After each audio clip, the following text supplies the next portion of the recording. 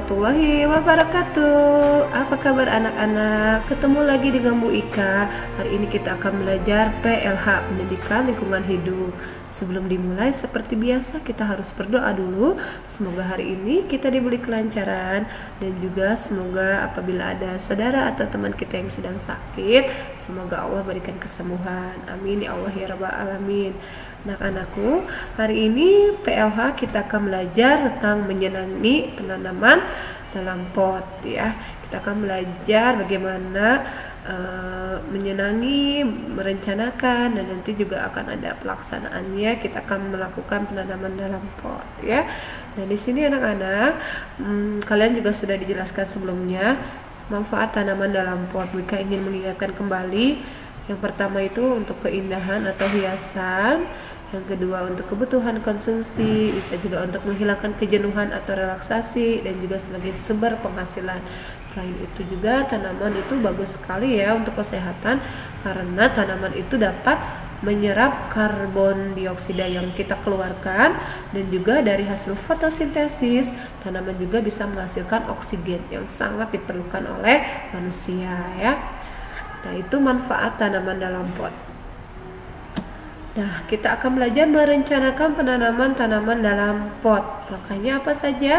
Yang pertama, pilih tanaman yang kamu sukai. Dan yang kedua, tentukan besar kecil pot sesuai dengan tanaman yang dipilih. Jadi apabila tanamannya kecil, potnya juga harus kecil, disesuaikan ya. Apabila tanamannya besar, maka potnya juga harus yang lebih besar. Dan selanjutnya tentukan media tanah yang digunakan. Nanti memakai tanahnya seperti apa, campurannya berapa, takarannya nanti harus ditentukan. Dan selanjutnya hitung biaya yang diperlukan sehemat mungkin ya.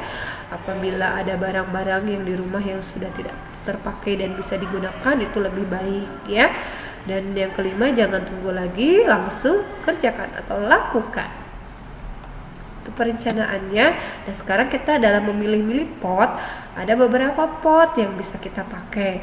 Yang pertama ada pot dari tanah liat, ada juga pot dari plastik, pot dari karet bekas atau ban bekas, atau juga pot dari kaleng bekas. Selain pot juga ada plastik. Nah, kalau plastik itu namanya polybag, tapi untuk sementara tanaman itu bisa ditanam di polybag. Apabila sudah agak besar harus kita pindahkan ke pot ya. Selanjutnya, nah ini media tanam yang tadi Bu Ika sebutkan. Media tanamnya apa saja sih Bu Ika?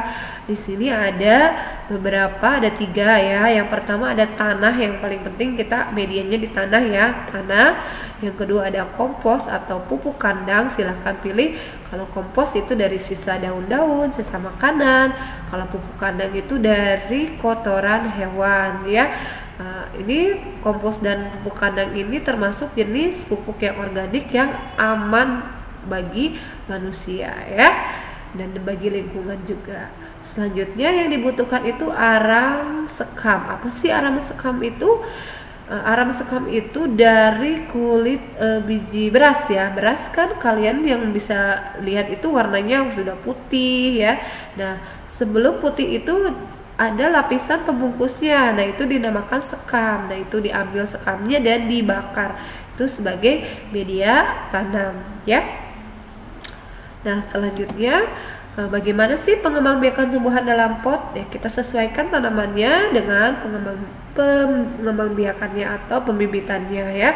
Yang pertama umbi, contohnya yang menggunakan umbi ada wortel, ada talas, kunyit, dan bawang. Untuk stek ini contohnya bunga mawar, cangkok ada jeruk, ada mangga. Merunduk ini contohnya anggur, dan juga ada tunas, ini contohnya pisang. Itu beberapa cara pembibitan tumbuhan dalam pot. Apabila kalian kesulitan untuk membibit, melakukan stek atau cangkok atau merunduk, tunas, ada yang lebih mudah lagi, kalian bisa membeli bibit tanaman langsung yang sudah jadi yang ada di toko-toko tanaman ya, atau di toko online sekarang sudah banyak sekali, dari tomat, kangkung, ada bunga-bunga juga ya, itu bisa kalian cari ya. Nah, selanjutnya, nah ini yang terakhir tugas PLH kalian, mudah sekali. Dikerjakan buku PLH halaman 10 lalu difotokan ke wali kelasnya. Anak-anak, itu saja pembelajaran hari ini. Mudah kan ya?